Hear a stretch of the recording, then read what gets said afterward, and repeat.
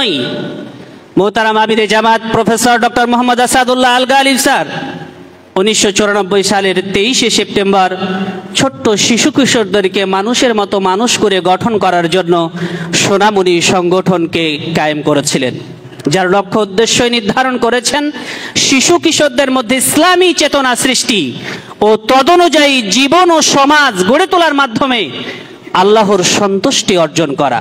ছোট্ট শিশু কিশোরা ছোট্ট থেকে নৈতিক হয়ে গড়ে উঠবে, মানুষের মতো মানুষ হয়ে গড়ে উঠবে, দিনের আলোয় জ্ঞানের আলোয় আলোকিত হবে।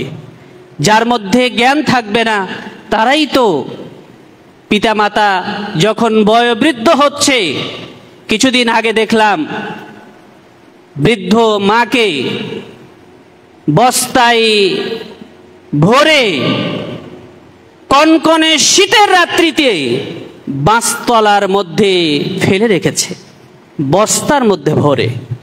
আরেকটি খবর আপনারা সব সময় দেখছেন, এখন তো পেপার পত্রিকার দিকে তাকাতে হয় না, মোবাইল খুললেই দেখা যায় বাবাকে টুকরো টুকরো করে কেটে নদীতে ভাসিয়ে দেওয়া হয়েছে। এরাও তো কোনো না কোনো মা কোনো না বাবার সন্তান। তাহলে সেই মা বাবা তাদের সন্তানকে কি শিক্ষা দিলেন যে জন্ম দেওয়ার পরে মা 2 বছর দুধ পান করানোর পরে লালন পালন করে বড় করার পরে সেই সন্তানই সে মাকে বা সেই বাবাকে হত্যা করছে। সুতরাং আমাদেরকে ছোট্ট শিশু কিশোরদেরকে এমন নৈতিকতা শিক্ষা দিতে হবে যাতে করে এই ছোট্ট সোনামণিরা বড় হয়ে কোরআন মাজিদের ওই আয়াতটা মনে রাখে এবং ওই আয়াতটা বারবার পাঠ করে। আল্লাহ রাব্বুল আলামিন সূরা বানী ইসরাঈলের মধ্যে বলেছেন যে সে আয়াতটি যেন বারবার সে পড়ে, অনুধাবন করে এবং সে অনুধাবনের বাস্তব রূপ দান করে। সেটি কি? আল্লাহ রাব্বুল আলামিন বলছেন, তোমার পিতামাতা যদি তোমার জীবদ্দশায় বার্ধক্যে উপনীত হয়, ফালা তাকুল্লাহুমা উফিন, উহ শব্দটি যেন তোমার পিতামাতা তোমার দ্বারা উচ্চারিত না করে। ওয়ালা তাকুল্লাহুমা উফিন, ওয়ালা তাকুল্লাহুমা উফিন, উহ শব্দটি যেন না হয়। এই শিক্ষায় শিক্ষিত আমার আপনার সোনামণিকে করতে হবে। সেজন্যই আমার হাতে দেখছেন একটি বই দেখতে পাচ্ছেন, এটি হচ্ছে আপনার সন্তানকে স্মরণ করিয়ে দেওয়ার জন্য সেই সূরা বানী ইসরাঈলের আয়াতটি বারবার পড়ে মুখস্থ করে সে তার জীবনে যাতে বাস্তবায়ন করতে পারে তারই একটি সিলেবাস আমরা তৈরি করেছি। এই সমস্ত আয়াতগুলোকে দিয়ে এবং 70টি আকীদার কোশ্চেন দিয়ে আজকে ভ্রান্ত আকীদা আমাদের ছোট্ট সোনামণিদেরকে শেখানো হচ্ছে। অত্যন্ত দুঃখজনক, হতাশাজনক। আজকে মাদ্রাসার সমস্ত পড়াশোনা শেষ করে, স্কুলের সমস্ত পড়াশোনা শেষ করে আমাদের রবকে, তিনি আমাদেরকে কেন সৃষ্টি করেছেন, কি জন্য সৃষ্টি করেছেন, এই উত্তরগুলো দিতে পারছে না। অথচ আমাদের ছোট্ট 6-7 বছরের বাচ্চাকে যখন আমরা জিজ্ঞেস করি, বলো তো আল্লাহ আমাদেরকে কেন সৃষ্টি করেছেন, তখন চট করে বলতে পারে আল্লাহ আমাদেরকে একমাত্র তার ইবাদতের জন্য সৃষ্টি করেছেন। দলিল বলো তো, চট করে বলে দেয় সূরা জারিয়াত 56 আয়াত। কোথায় পেয়েছ? সোনামণি সিলেবাসে পড়েছি, সোনামণি জ্ঞানকোষে পড়েছি, এগুলো তারা শিখে ফেলেছে। শিক্ষার মৌলিক লক্ষ্য কি আমরা আদৌ বুঝিনি। আমাদের বাচ্চারা কি করে বুঝবে? আমরাই বুঝিনি শিক্ষার মৌলিক লক্ষ্য কি। শিক্ষার মৌলিক লক্ষ্য হবে দুটি। এক, এমন শিক্ষা ব্যবস্থা আমাদের মধ্যে হতে হবে, আপনি আপনার ছেলেকে ইংলিশ মিডিয়ামে পড়াবেন না, বাংলা মিডিয়ামে পড়াবেন না, আরবি মিডিয়ামে পড়াবেন, সেটা আলাদা কথা। শিক্ষার মৌলিক লক্ষ্য হবে দুটি। এক, আমি যে শিক্ষা অর্জন করব সে শিক্ষার মাধ্যমে আমি প্রথমত আমার মহান রবকে চিনতে পারবো। আমি যাই শিখি না কেন এই শিক্ষার মধ্য দিয়ে আমার রবকে পরিপূর্ণভাবে চিনতে পারবো, জানতে পারবো। যদি আমি যেই শিক্ষা অর্জন করি না কেন, এই শিক্ষার মধ্য দিয়ে যদি আমি আমার রবকে চিনতে পারি, তাহলে বুঝতে হবে এই শিক্ষা হচ্ছে প্রকৃত শিক্ষা। 2 নম্বর হচ্ছে, যেই শিক্ষা অর্জন করছি এই শিক্ষার মাধ্যমে আমি আমার রবের যাবতীয় বিধিবিধান পালন করতে সক্ষম হব। এই 2টি হবে শিক্ষার মৌলিক লক্ষ্য। কিন্তু দুঃখজনক হলেও সত্য যে আজকে আমাদের সমস্ত পড়াশোনা শেষ করেও রবকে চিনতে পারি না, রবের অবস্থান সম্পর্কে জানতে পারি না। 2 নম্বরে, রবের যে বিধিবিধান রয়েছে সেগুলো পালন করতে গিয়েও আমরা ব্যর্থ হচ্ছি, যার ফলশ্রুতিতে আপনি অনেক দেখবেন MA পাস করে এসেও আপনার সন্তান আপনার জানাজার সালাত পড়াতে ব্যর্থ। আরেকজন মসজিদের ইমামকে ভাড়া করে নিয়ে আসতে হচ্ছে। কেন এই দুর্দশা হবে? MA পাস করার পরে, শিক্ষা অর্জন করার পরে আপনার সন্তান যেই শিক্ষায় শিক্ষিত হোক না কেন, ডাক্তার হোক, ইঞ্জিনিয়ার হোক, যাই হোক না কেন, সে যেই হোক, কিন্তু আপনার জানাজার সালাতটা পড়াতে ব্যর্থ হবে।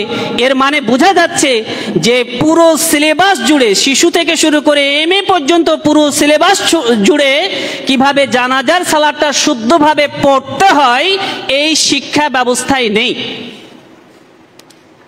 যদি সে শিক্ষা অর্জন করে সূক্ষ্ম থেকে সূক্ষাধিক একটা অসুস্থ ব্যক্তিকে সুস্থ করতে পারে, যদি শিক্ষা অর্জন করে অনেক দামি দামি বিল্ডিং তৈরি করতে পারে, তাহলে বাবার মৃত্যুতে, মায়ের মৃত্যুর পরে কেন সে জানাজার সালাতটা আদায় করতে ব্যর্থ হবে? কারণ বর্তমান শিক্ষা ব্যবস্থায় সেই শিক্ষাটাকে গুরুত্ব দেওয়া হচ্ছে না। এই কারণেই সোনামণি সংগঠনের অত্যন্ত প্রয়োজনীয়তা রয়েছে। আমরা ছোট্ট সোনামণিদেরকে ইসলামের মৌলিক বিধিবিধানগুলোকে প্রত্যেকটি পাড়া মহল্লায় গিয়ে, যেখানেই আমাদের যতগুলো শাখা রয়েছে প্রত্যেকটি শাখাতে সাপ্তাহিক তালিমি বৈঠক করে থাকি। আমাদের এ পর্যন্ত 49টি জেলাতে সোনামণি সংগঠনের কার্যক্রম সারা দেশব্যাপী পরিচালিত হচ্ছে। প্রত্যেকটা জেলায় শাখা, উপজেলা, এলাকা রয়েছে। এর অধীনেই প্রত্যেকটি শাখায় তালিমি বৈঠক অনুষ্ঠিত হয়। সেখানে আমরা 5 ওয়াক্ত সালাত এবং সালাতের মধ্যে যে নিয়ম কানুনগুলো রয়েছে প্রত্যেকটি হাতে কলমে শিখিয়ে থাকি। কিভাবে রুকু করতে হবে, কিভাবে সিজদা করতে হবে, সালাতের যা বিষয় রয়েছে সেগুলো, এবং সেই সাথে সাথে সালাতের যে দোয়াগুলো রয়েছে। এবং জেনে খুশি হবেন যে এই বছরে যে সিলেবাসটি আমরা বের করেছি, এই সিলেবাসের মধ্যে দৈনন্দিন, অর্থাৎ সকালে ঘুম থেকে ওঠার পরে পুনরায় আপনার সোনামণি ঘুমাতে যাওয়া পর্যন্ত মৌলিক কিছু দোয়া আমাদের প্রয়োজন হয়। এই দোয়াগুলি সুন্দরভাবে অর্থসহ দেওয়া আছে। আমরা চাই যে ছোট্টকালেই, ছোট্ট বয়সে ছোট্ট সোনামণিরা এই দোয়াগুলো যাতে ভালোভাবে রপ্ত করে নেয়, মুখস্থ করে নেয়। আপনারা এখানে অনেকে আছেন যারা ছোটকালে মক্তবে এই দোয়াগুলোকে মুখস্থ করেছেন, আজও মুখস্থ আছে, কিন্তু হয়তো এমন কোনো দোয়া আছে যেগুলো হয়তো মুখস্থ করেননি, এখন মুখস্থ করলে সকালে করেন, বিকেলে ভুলে যান। আমরা চাই ছোট্টকালেই ছোট্ট সোনামণিরা মৌলিক দোয়াগুলো শিখে নুক। এই জন্য আমরা এখানে সেটা সংযুক্ত করেছি। যারাই প্রতিযোগিতায় অংশগ্রহণ করবে প্রত্যেককেই অবশ্যই এই দোয়াগুলো মুখস্থ করতে হবে। আকীদার যে 70টি কোশ্চেন রয়েছে, অনেক সময় অনেক জায়গাতে দেখা যায় আল্লাহ নিরাকার এই কথা বলা হয়, অথচ আল্লাহ রাব্বুল আলামিন সূরা তাহার 5 নম্বর আয়াতে বলছেন, আর রহমান ও আলাল আরশ ইস্তাওয়া, রহমান দয়াময় আরশের উপরে সমুন্নত। তাহলে আল্লাহ নিজে বলছেন কোরআন মাজিদে যে কথা, আমার সমাজে, আমার স্কুলে, আমার প্রতিষ্ঠানে, আমার বাচ্চাদেরকে শেখানো হচ্ছে যে আল্লাহ নিরাকার। তাহলে এটা চূড়ান্তভাবে একটা ভ্রান্ত জিনিস শেখানো হলো, কোরআনের বিপরীত কথা শেখানো হলো। আল্লাহ যেখানে বলছেন তিনি রহমান দয়াময় আরশের উপরে, আপনি বলছেন আল্লাহ সবার অন্তরে রয়েছে। ঠিক এমনি ভাবেই নবী মুহাম্মদ সাল্লাল্লাহু আলাইহি সাল্লামের ব্যাপারে আকীদা পোষণ করতে গিয়ে বলা হচ্ছে আমাদের নবী নূরের তৈরি, অথচ কোরআন বলছে না, নবী মুহাম্মদ রাসূলুল্লাহ সাল্লাল্লাহু আলাইহি সাল্লাম আমাদের মতোই মানুষ। তাহলে এইভাবে আমাদের ছোট্ট সোনামণিদেরকে সঠিক আকীদায় সঠিক আমলের উপরে কি গড়ে তোলা উচিত নয়? আর যদি এই কাজে আমরা ব্যর্থ হই, তাহলে আমরা ব্যক্তিগতভাবে, পারিবারিকভাবে এবং সামাজিকভাবে, এমনকি রাষ্ট্রীয়ভাবেও ক্ষতিগ্রস্ত হব এবং প্রতিনিয়ত হচ্ছি, আরও হব। এজন্যই সোনামণি সংগঠন ছোট্ট সোনামণিদেরকে ছোট্ট থেকে গঠন করার জন্য এই বিষয়গুলিকে প্রত্যেকটি গ্রাম, পাড়া, মহল্লায় প্রশিক্ষণের মাধ্যমে শিক্ষাদান করে আসছে। সাপ্তাহিক তালিমি বৈঠকে আমাদের আরও কিছু বিষয় থাকে, আদব কায়দা, পিতামাতার সাথে কি আচরণ হবে। এখানে আদব বিষয়ে, বিশেষ করে জেনারেল ছাত্রদের জন্য আদব বিষয়ে 5টি বিষয় দেওয়া আছে। বড়দের সাথে কি আচরণ করবে, শিক্ষক মুরব্বীদের সাথে কি আচরণ করবে, পাঠশালায় যায়, স্কুলে যায়, সেখানে গিয়ে শ্রেণীকক্ষের কিছু আদব রয়েছে। শ্রেণীকক্ষে গিয়ে অনেক সময় ছোট্ট সোনামণিরা দুষ্টামি করে, শিক্ষকের সাথে মন্দ আচরণ করে। আমরা ছোট্ট থেকে শেখাতে চাই, তুমি যে স্কুলেই যাও না কেন, যে মাদ্রাসাতেই যাও না কেন, তোমার শ্রেণীকক্ষের একটা আদব আছে। তুমি যখন শ্রেণীকক্ষে প্রবেশ করবে, শিক্ষক যদি ভেতরে থাকে সালাম দিয়ে প্রবেশ করো। আর যদি তোমরা সবাই বসে থাকো, শিক্ষক যদি আসে তাহলে শিক্ষক নিজেই সালাম দেবে, তোমরা সমস্বরে সকলে উত্তর দেবে। এইভাবে আমরা পাঠশালাতে বা শ্রেণীকক্ষে কি আদব হবে সেটা আমরা এই সিলেবাসের মধ্যে দিয়ে দিয়েছি। একটা সোনামণি যখন কয়েকবার পড়বে তখন তার জেহেনে থেকে যাবে, তার মস্তিষ্কে থেকে যাবে, সেটা তার বাস্তব জীবনে প্রয়োগ করবে। ছোট্ট সোনামণিরা গৃহে কিভাবে প্রবেশ করবে, বাড়িতে কিভাবে আসবে, বাড়ি থেকে কিভাবে বাইরে যাবে, সে আদবও আমরা সেখানে উল্লেখ করার চেষ্টা করেছি। ছোট্ট সোনামণিরা লেনদেন করে, লেনদেনের কি আদব রয়েছে? কেউ কোনো কিছু দিলেও কি থ্যাংক ইউ বলবে? আমরা তো তাই শেখাই, কিন্তু আসলে কি থ্যাংক ইউ বলবে নাকি কি বলবে? বলুন তো কি বলবে? এটা কি ছোট্ট সোনামণিকে শিখাতে হবে নাকি এমনি এমনি তার উপরে ওহী হবে? শেখাতে হবে। আমরা এই সিলেবাসের মধ্যে দিয়েছি, লেনদেনের ক্ষেত্রে কেউ কিছু তোমাকে দিল, তাহলে তুমি তাকে কি করবে? জাযাকাল্লাহু খায়র। প্রিয় ভাইরা আমার, আপনাকে কেউ কোনো কিছু দিল, আপনি থ্যাংক ইউ দিতে পারেন, ধন্যবাদ দিতে পারেন, এটা এ পর্যন্তই শেষ। আপনার সাথে তার সম্পর্ক শেষ হয়ে গেল, এই থ্যাংক ইউ দিয়ে শেষ, খুশি হয়ে গেলেন একটু, যেহেতু আপনি কিছু পেয়েছেন। কিন্তু যখন আপনি বলবেন জাযাকাল্লাহু খায়র, এর মানে আপনি শুধু এতটুকুই সীমাবদ্ধ রাখলেন না, এই জিনিসটাকে নিয়ে চলে গেলেন মহান রবের কাছে। আপনি বলতে চাইলেন তুমি আমার একটু উপকার করলে, কিন্তু আমি তোমাকে তেমন কিছু দিতে পারবো না, দেওয়ার আমার সামর্থ্যও নেই, তবে রবকে বলছি তুমি যেহেতু আমার উপকার করেছো, আল্লাহ যেন তোমাকে উত্তম পারিতোষিক দান করে, উত্তম প্রতিদান দেন, উত্তম খায়ের, উত্তম কিছু দান করেন। প্রিয় ভাইরা আমার, ছোট্ট সোনামণিদেরকে এভাবে শিক্ষা দান করেন। বাড়িতে প্রবেশ করেছেন, বাড়িতে প্রবেশ করার পরে আপনি ছোট্ট সোনামণিকে সালাম দেন বারবার। যখন বারবার সালাম দেবেন, প্রতি উত্তরে সে কিন্তু ওয়ালাইকুমুস সালাম বলবে। কিন্তু যদি আপনি বোবার মতো বাড়িতে প্রবেশ করেন, কখনো আপনার সোনামণি হঠাৎ করে বাড়িতে প্রবেশ করে আপনাকে সালাম দেবে না। কিন্তু যখন আপনি নিয়মিত সালাম দিবেন, 5 দিন হয়তো আপনি সালাম দিবেন, এর পরে থেকেই বারবার সোনামণি আপনাকে সালাম প্রদান করবে। ঠিক এমনি ভাবে যখন কোনো ভুল করে, লোক চক্ষুর মধ্যে অর্থাৎ কোনো বন্ধু বান্ধবের মধ্যে যদি কোনো ভুল ভ্রান্তি ছোট্ট সোনামণিরা করে, তখন তাৎক্ষণিকভাবে তাকে কোনো আঘাত করবেন না, বকা দিবেন না, উচ্চবাচ্য করবেন না, পাশে ডেকে নেন, কাছে নেন, কাছে নেওয়ার পরে বলেন তুমি যে আচরণটুকু করলে এটা সুন্দর হলো না, তোমাকে এরূপ আচরণ করতে হবে। তাহলে একদিক দিয়ে সে সবার মধ্যে লজ্জিত হলো না, ঠিক তেমনি ভাবে সে বুঝে গেল আসলে আমার এটা করাটা ঠিক হয়নি।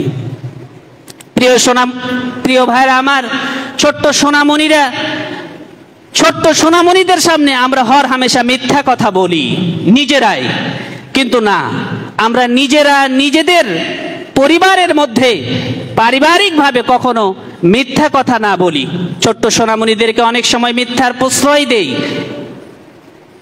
বাড়িতে আপনি আছেন, বাইরে থেকে কেউ ডাকছে, আপনার যেতে ইচ্ছা করছেন না, আপনি বলছেন আপনার বাচ্চাকে, বলো আব্বু বাড়িতে নেই। এখন আপনার ছোট্ট সোনামণি তো অত ব্যাখ্যা জানে না, এবার বাইরে গিয়ে বলল আব্বু বললেন আব্বু বাড়িতে নাই। তাহলে কি হয়ে গেল? মিথ্যা কথাটা প্রকাশও হয়ে গেল। কার মাধ্যমে হলো? আপনার সোনামণির মাধ্যমেই হলো। এখন কি আপনার সোনামণিকে মারবেন? ভুলটা তো আপনি করেছেন। প্রিয় ভাইরা আমার, এই ধরনের আপনি বাড়ি থেকে অন্যত্র কোথায় যাবেন, আপনার সোনামণি আপনার পিছু নিয়েছে, আপনি তাকে নিয়ে যাবেন না, আপনি মিথ্যার আশ্রয় নিলেন, এমন জায়গার নাম বললেন যাতে সে সেখানে যেতে না চায়, কিন্তু আপনি সেখানে যাবেন না, কিন্তু মিথ্যা কথা বলে ফেললেন। এরকম কি কথা বলি না আমরা বলি। তাহলে এই ছোট্ট সোনামণির মধ্যে একটা আসর পড়ে গেল, মিথ্যার প্রভাব তার মধ্যে পড়ে গেল। ঠিক এমনি ভাবে ছোট্ট সোনামণিদেরকে মানুষের মতো মানুষ করে গড়ে তোলার জন্য আমরা যখন মসজিদে নিয়ে যাই, তখন মসজিদে গিয়ে কি করি? জুমার দিনে অক্তিয়ায় মসজিদে গিয়ে আমরা কোটাতে 10 টাকা, 20 টাকা, 50 টাকা, 100 টাকা দান করি না? দান করি। কিন্তু কি কখনো এমনটা করেন যে ছোট্ট ছেলেকে নিয়ে গেছেন বা মেয়েটাকে নিয়ে গেছেন, টাকাটা 10 টাকা হোক, 20 টাকা হোক, 100 টাকা হোক, তার হাতে দিয়ে কোটাতে তাকে দিতে দিলেন? এরকমটা কি করেন? এমনটা করবেন, এর ফলাফল কি আপনি জানেন না। আপনার অবর্তমানে আপনার ছেলেটা একদিন এই মসজিদের ক্যাশিয়ার হবে। তার হৃদয়ের মধ্যে একটা জিনিস রেখাপাত করবে, সেটা হলো এই, সে যখন ছোট ছিল বাবা তার পকেট থেকে টাকা বের করে তার হাতে দিয়ে কোটাতে দিয়েছে। এখন কোটার মালিক সে, ক্যাশিয়ার মানে কি সমস্ত কোটা তার কাছে। এখন তার মাথায় চিন্তা হবে, ছোট্ট কালে যখন আব্বা আমাকে মসজিদে নিয়ে আসতেন, টাকা বের করে দিতেন, কোটাতে দিতাম, এখন তো সমস্ত কোটার মালিক আমি। অতএব সেই দিন বাবা আমাকে টাকা দিতে শিখিয়েছে, এখান থেকে টাকা আত্মসাৎ করতে হয় না। অনেক দাড়িওয়ালা টুপিওয়ালা মানুষেরাই মসজিদে যান, মসজিদের টাকা আত্মসাৎ করেন, মসজিদের ক্যাশকে নিজের করে নেন। আছেন না? ওটাকে আলাদা করে হিন্দুরা এসে মসজিদ পরিচালনা করে। মসজিদের যারা সভাপতি হন, ক্যাশিয়ার হন, সেক্রেটারি হন, কে আলাদা করে হিন্দু মানুষেরা, দাড়িওয়ালা টুপিওয়ালা আমার আপনার মতোই, তারাই ওখান থেকে টাকা মারে। আপনি আপনার সোনামণিকে বারবার বলে দেন, বাবা এই যে তোমার হাতে দিয়ে মসজিদে কোটাতে টাকা দিলাম, মনে রেখো এখানে দান করতে হয়, এখান থেকে টাকা আত্মসাৎ করতে হয় না। আমরা রাস্তায় চলি, প্রত্যেকটা পদক্ষেপে, প্রত্যেকটা কথায়, প্রত্যেকটা চলন এবং বলনে সোনামণিকে শেখাতে হবে। রাস্তাতে যাচ্ছেন একজন ভিক্ষুক, পঙ্গু মানুষ, হাত নেই, পা নেই, অথবা চোখ নেই, আপনার কাছে টাকা চেয়েছে, আপনার ছোট্ট সোনামণি আছে, আপনি না দিয়ে আপনার ছোট্ট সোনামণির হাতে দেন, বাবা তুমি টাকাটা দাও। এখান থেকে সে কি শিক্ষা নেবে? এখান থেকে শিক্ষা নেবে ভবিষ্যতে সেই দেশের সবচাইতে, এমনকি বাংলাদেশ ব্যাংকের গভর্নরও যদি হয়, সে চিন্তা করবে, সে বারবার চিন্তা করবে, যখন আমি রাস্তায় চলেছি বাবার সাথে ছিলাম, বাবা তার পকেট থেকে টাকা বের করে ভিক্ষুককে, পঙ্গু মানুষকে দান করেছে, আজকে তাদের সমস্ত পঙ্গু মানুষের টাকাগুলো আমার হাতে রয়েছে, এই টাকা আত্মসাৎ করতে হয় না। এইভাবে ছোট্ট সোনামণিদেরকে গড়ে তুলুন। রাষ্ট্র সংস্কার করতে চাই, ব্যক্তি সংস্কার আগে করতে হবে, পরিবার সংস্কার আগে করতে হবে, তারপরে রাষ্ট্র সংস্কার হবে। নচেত এইভাবে বুলি দিয়ে কখনোই রাষ্ট্র সংস্কার আদৌ হবে না, বরং চোর হবে, ডাকাত হবে, বাটপার হবে।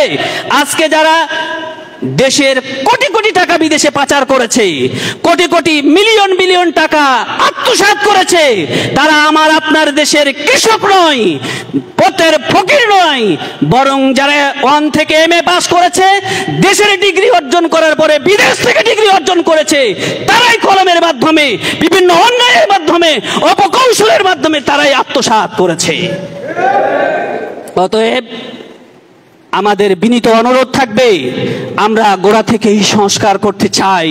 এজন্যই মোহতারাম আমিরে জামাত স্বপ্ন দেখেছিলেন না, শুধু যুবক নয়, শুধু বৃদ্ধ নয়, শুধু মেয়েরা নয়, ছোট্ট শিশু কিশোরদেরকে আগেই মানুষের মতো মানুষ করে গঠন করতে হবে। আমি আপনাদেরকে প্রশ্ন করতে চাই, আপনি প্রত্যেকটা মহল্লায় বাস করেন, একটা করে মক্তব আছে না? কথা বলেন তো, মক্তব আছে না? মক্তবে কি সোনামণি বৈঠক হয়? কোনোদিন প্রয়োজন মনে করেছেন? কোনোদিন আমাদের সাথে একটু যোগাযোগ করেছেন যে আমাদের এখানে একটা মক্তব আছে, আসুন তো আমাদের বাচ্চাদেরকে একদিন প্রশিক্ষণ দেন? এটা মনে হয়েছে? প্রয়োজনে মনে করেন না। মনে করেন যে সোনামণি একটা সংগঠন, বছরে একটা প্রতিযোগিতা করে, বা সেই দিয়ে শেষ। আপনাদের চিন্তা চেতনা এরকম, যার কারণে আজকে আমরা কিন্তু সেই জায়গা থেকে অনেক পিছপা হয়ে গেছি। প্রিয় ভাইরা আমার, এই জন্য আমি আপনাদের বিনীত অনুরোধ করব, আপনাদের পাড়া মহল্লায় গ্রামে যেখানেই মক্তব রয়েছে সেখানেই আপনারা সোনামণি একটা শাখা গঠন করবেন। শাখা গঠন করার পরে আপনাদের কাজ হলো এই, আমাদের সাথে একটু যোগাযোগ করবেন, কারণ আমাদের প্রত্যেকটা জেলা আছে, জেলার অধীনে উপজেলা রয়েছে, উপজেলার অধীনে এলাকা রয়েছে, এলাকার অধীনে শাখা রয়েছে। অতএব আমরা দায়িত্বশীল আপনাদের কাছে পাঠাতে সক্ষম হব ইনশাআল্লাহ। তাদের মাধ্যমে আমাদের সিলেবাস আপনাদের সোনামণিদের কাছে পৌঁছে যাবে, আমাদের পরিচিতি আপনাদের কাছে পৌঁছে যাবে, আমাদের কার্যক্রম পৌঁছে যাবে, এবং আমাদের একটা টিম আছে, কেন্দ্র এবং উপজেলা এবং জেলার সমন্বয়ে একটা টিম আছে, যারা বিভিন্ন সময় বিভিন্ন এলাকায় শাখায় গিয়ে ছোট্ট সোনামণিদেরকে বাস্তব ট্রেনিং বা প্রশিক্ষণ দিয়ে থাকে। অতএব সেই ট্রেনিংয়ের আওতার বাইরে আপনার সোনামণি থাকবে, আর আপনি আহলে হাদিস আন্দোলনের একজন কর্মী হয়ে থাকবেন, এটা কেমন করে হয়? আপনি কর্মী, আজকে আপনারা এসেছেন, বাড়িতে বসে থাকলে হতো না? হতো কি না? বাড়িতে প্রয়োজনে মোবাইল দিয়ে শুনে নিতে পারতেন। কষ্ট করে এসেছেন, টাকা খরচ করে এসেছেন, সময় আপনার যাচ্ছে, এই সময় আপনি অন্য কাজ করলে করতে পারতেন। তাহলে আপনি নিজের উন্নয়ন করবেন, আর আপনার সবচেয়ে, আপনার প্রজেক্টের সবচেয়ে দামি প্রজেক্ট হচ্ছে আপনার সন্তান। চিন্তা করেছেন? আপনার সবচেয়ে জীবনের, আপনি চিন্তা করেন তো, এখানে বসে একটু চিন্তা করেন তো, আপনার জীবনের সবচেয়ে দামি প্রজেক্ট সেটা হচ্ছে আপনার সন্তান। আপনি সব কিছুকে আলাদা করতে পারবেন, সন্তানকে আলাদা করতে পারবেন না। সন্তানকে নিয়েই স্বপ্ন দেখেন, সন্তানের জন্যই বাড়ি গাড়ি করছেন। যারা চুরি করে তারাও সন্তানের জন্যই করে, যারা আত্মসাৎ করে তারা সন্তানের জন্যই করে। একটা মানুষ কত খাবে বলেন?